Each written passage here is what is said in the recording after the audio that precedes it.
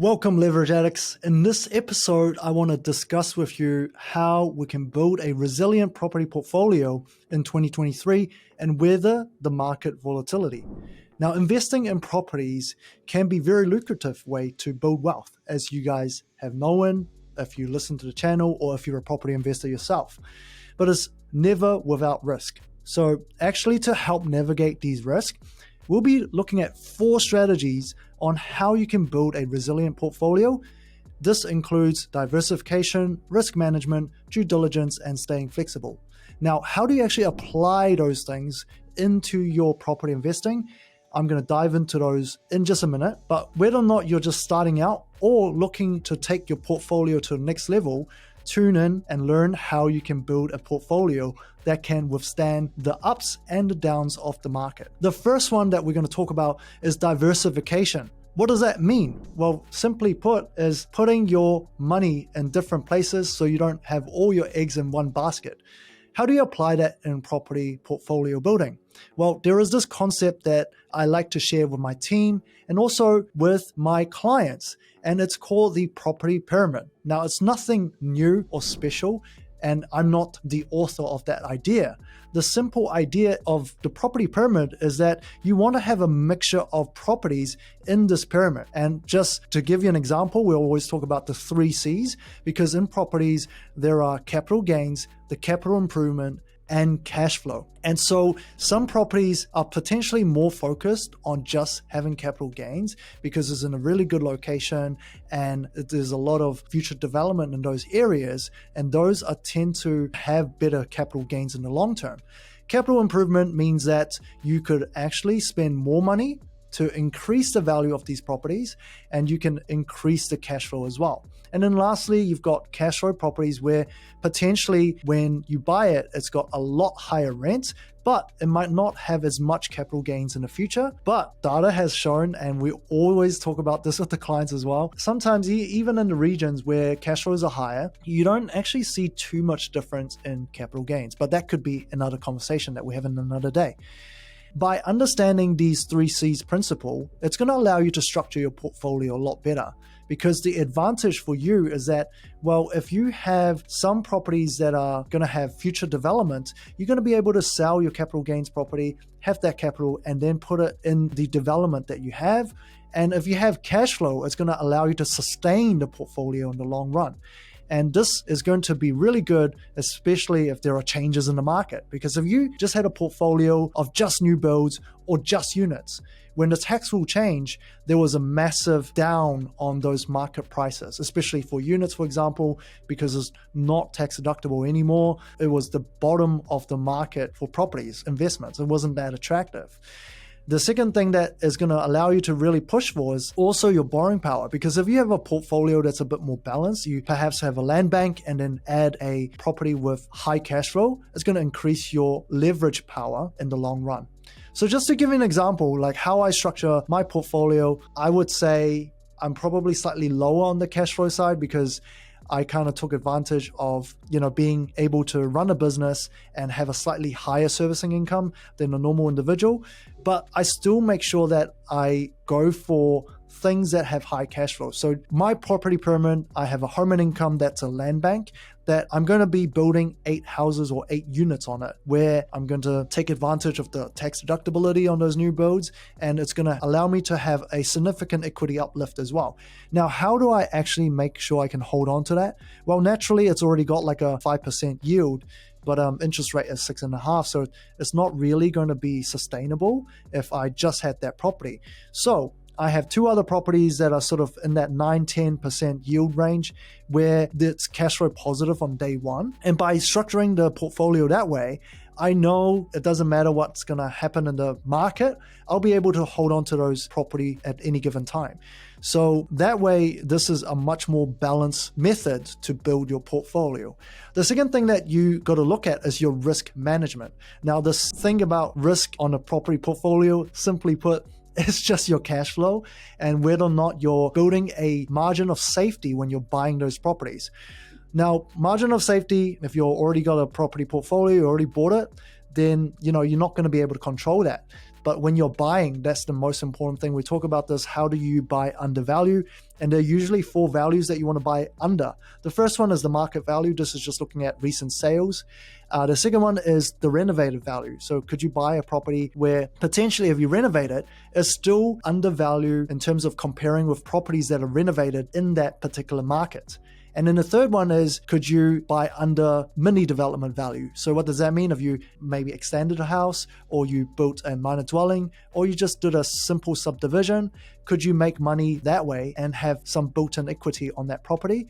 And then the fourth value is the development value. So what happens is when you buy a property, because especially with the unitary plan changes, there are a lot of properties where potentially you can develop in the future and build a lot more houses. And because of that, you can calculate what you could potentially develop that property for today and sell it for today and see what kind of margin you'll get. If you're getting a 20% margin at the end of it, if you were to develop it today, that's very, very good news, because that means in the future, if there is a bit of uplift on the land value and houses in general, that 20% is going to turn into a much bigger value. Because remember, when you develop a property, you're adding more money, and just a slight increase on the land value and property value, it gets amplified on the land bank. And that's why we call this a land bank, because a small change in today's market value is going to amplify that future gains for you.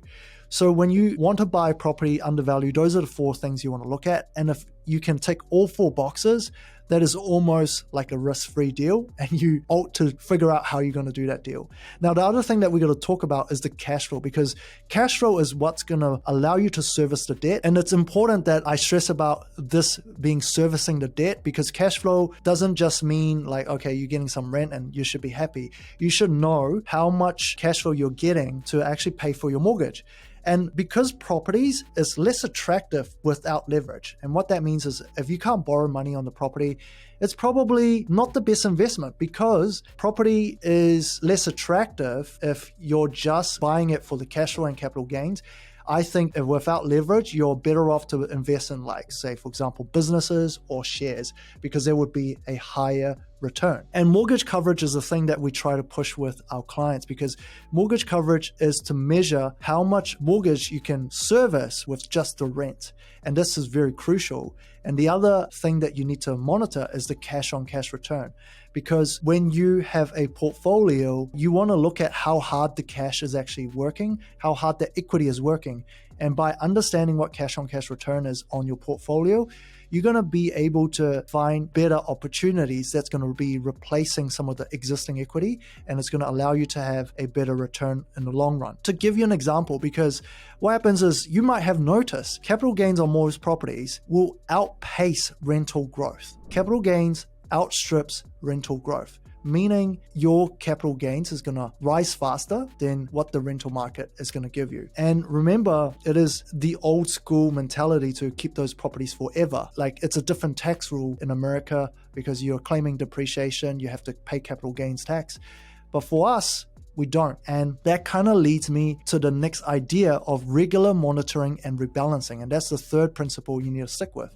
Because we have this really massive advantage in New Zealand, is that we've only got a bright line test for just 10 years. I know a lot of people complain about it, but comparing to our neighbor like Australia, you're always going to be paying capital gains tax, same as America. We've got this advantage here where you're going to have tax-free property after 10 years. So what does that mean? Well, if you hold this property for a while, you can sell it. And if there are properties out there that's going to give you either better capital improvement, which means more development potential, or better cash flow, which means you're going to get more money in the bank, then you should look at those opportunities and see if you can replace some of the properties that you have in your portfolio that's going to give you a better long-term return. And so that's why monitoring the cash on cash return is so important, and understanding what equity you have locked up is important. Also going back to the leverage, because if your portfolio has just got very, very low leverage, you're not getting the best return on your portfolio. There is ways to structure your portfolio where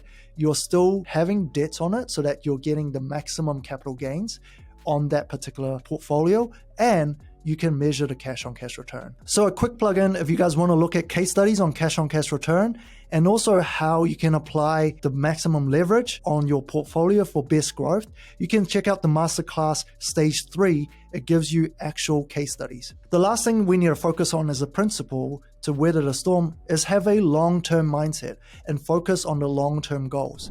Now, investing with a long-term mindset means that you're sticking to the plan, and so you can help avoid some of the emotional decision. It's very emotional. Like this year, interest rates almost tripled and market's gone down. Very easy to go, oh my gosh, do I need to pull out on some of these properties? And I share some of these stories with you in previous episode. You could check it out. Me and Andrew talk about the property lessons and also 7 strategies on dealing with high interest rate. So go through some of the thought process with dealing with this current market. But what happens is you should have a long-term mindset. And this is not something that I'm making up.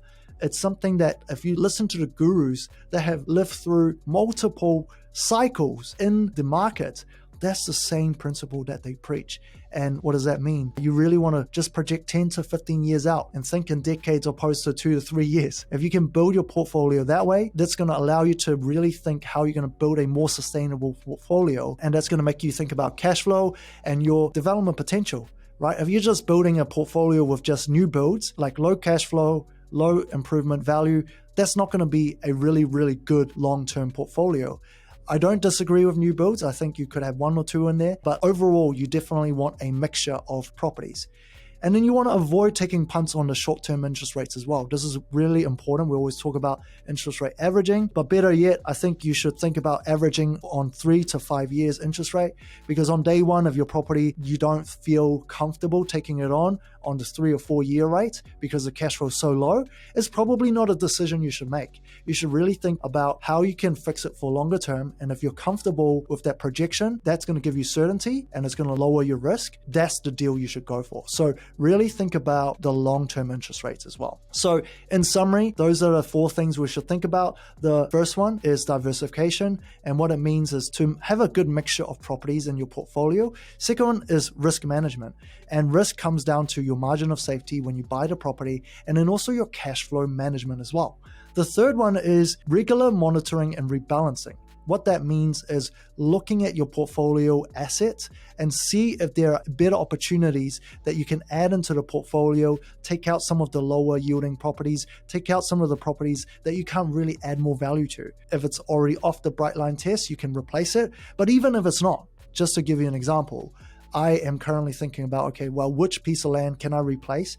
If I just sell it in the same market and I replace it with a property that I'm buying in the current market, then I'm not losing out too much, but I'm replacing it with a better piece of land that's going to have better long-term value. And then lastly, have a long-term mindset around your property investing. There are going to be ups and downs and volatility, especially in the market we're in. There's an economic downturn is very, very obvious. So having that mixture and building the right strategy to achieve your investment goal is going to allow you to get the best long-term result. Now, you don't always have to do this by yourself. We specialize in this area where we're very focused on your long-term goals and building a mortgage strategy or building a financing strategy that's going to withstand the market turbulence. So reach out if you need support at mhq.co.nz. And if you guys want to learn more about properties, do tune in to our YouTube channel as well, Mortgage HQ. And until next episode, I'll see you guys again.